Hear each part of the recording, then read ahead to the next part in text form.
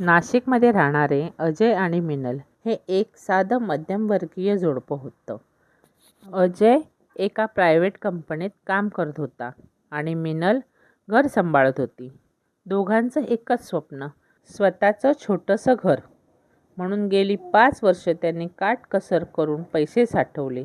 त्यांच्या बँक खात्यात तब्बल 1,00,000 रुपये जमा झाले होते.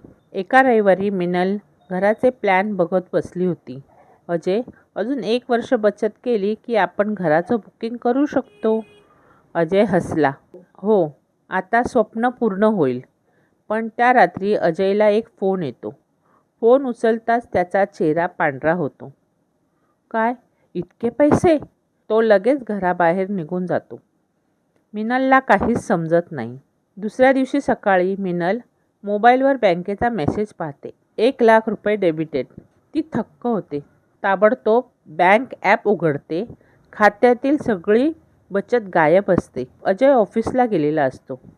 संध्याकाळी तो घरी येतो. मिनल रागात विचारते, आपल्या खात्यातले 1,00,000 रुपये कुठे गेले? अजय काही सेकंद शांत राहतो. मी सांगू शकत नाही. म्हणजे? माझ्यावर विश्वास ठेव. मिनल हादरते. पहिल्यांदाच अजय तिच्यापासून काहीतरी लपवत असतो. पुढचे काही दिवस अजय उशिरा घरी यायला लागतो. फोन लपवू लागतो. कोणाशी तरी सतत बोलत असतो. मिनलच्या मनात शंका वाढू लागते.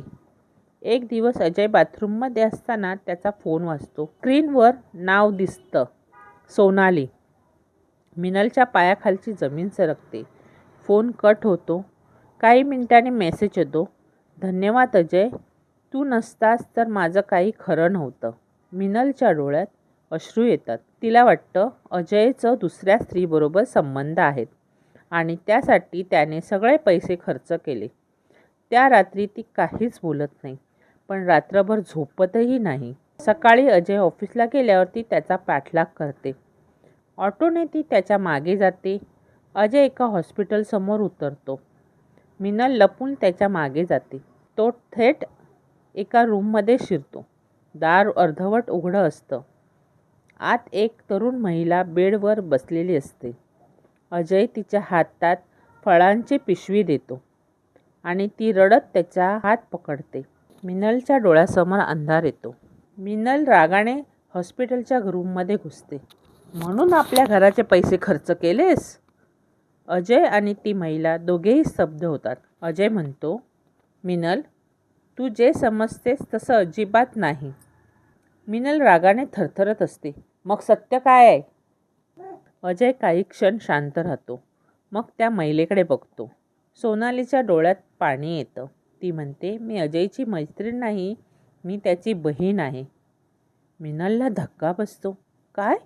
अजय हळू आवाजात सांगतो, माझ्या वडिलांच्या पहिल्या लग्नातून सोनालीचा जन्म झाला होता.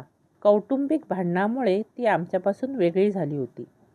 2 महिन्यापूर्वी ती मला भेटली. तिला किडनीचा गंभीर आजार आहे. ऑपरेशनसाठी तातडीने पैशाची गरज होती. मिनल स्तब्ध होते. मग मला का नाही सांगितलंस? अजयच्या डोळ्यात पाणी येतं. कारण हे घर तुझंही स्वप्न होतं. मला भीती वाटली की तू दुखावशील. मला घर आणि बहीण दोन्हीपैकी एक निवडायचं होतं. मिनल शांत होते. तिला तिची चूक लक्षात येते. तिने अजयवर संशय घेतला होता.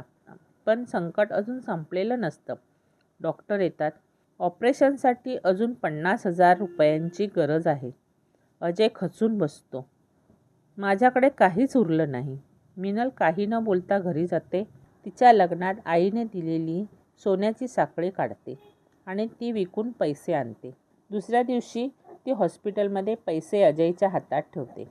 अजय आश्चर्याने विचारतो, हे कुठून आणलेस? मिनल हसते. घर पुन्हा घेता येईल, पण माणसं परत मिळत नाहीत. ऑपरेशन यशस्वी होतं. काही महिन्यांनी सोनाली पूर्ण बरी होते. अजय आणि मिनलच्या घरी राखी बांधण्यासाठी येते. घरात पुन्हा आनंद असतो. त्या रात्री मिनल म्हणते, मला वाटलं होतं तू माझ्यापासून दूर गेलास. अजय तिच्या हातात हात घेतो. नातं खोट्यामुळे तुटत नाही, पण सत्य न सांगितल्यामुळे तुटू शकतं. मिनल हसते. आता एक वचन दे, काहीही झालं तरी आपण एकमेकांपासून काहीही लपवणार नाही. अजय मान डोलावतो. दोघेही बाल्कनीत उभे राहून त्यांच्या नवीन स्वप्नाकडे पाहत असतात. कारण घराचं स्वप्न अजून जिवंत असतं. अशाच सुंदर सुंदर कथा ऐकण्यासाठी आमच्या चॅनलला लाईक करा, शेअर करा, सबस्क्राईब करा. नमस्कार.